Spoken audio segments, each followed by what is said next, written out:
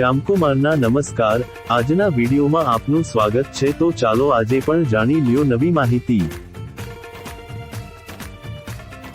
તાજેતરમાં એવી વાતો ફેલાઈ છે કે ભારતમાં ટિકટોક પરનો પ્રતિબંધ હટાવી લેવામાં આવ્યો છે। જો કે આ માહિતી સાચી નથી। સરકારે સ્પષ્ટતા કરી છે કે ટિકટોક પરનો પ્રતિબંધ હટાવવા માટે કોઈ નિર્ણય લેવામાં આવ્યો નથી।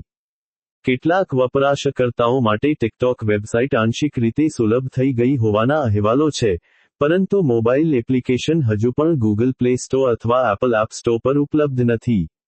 સરકારી સૂત્રો અને ટિકટોકના પ્રવક્તાએ પણ પુષ્ટિ કરી છે કે એપ્લિકેશન ભારતમાં હજી પણ પ્રતિબંધિત છે અને પ્રતિબંધ હટાવવા માટે કોઈ સત્તાવાર આદેશ જારી કરવામાં આવ્યો નથી। ભારતે જૂન 2020માં ડેટા સુરક્ષા અને દેશની સાર્વભૌમત્વ અને અખંડિતતાને જોખમ હોવાના કારણોસર ટિકટોક અને અન્ય ઘણી ચાઇનીઝ એપ્સ પર પ્રતિબંધ મૂક્યો હતો।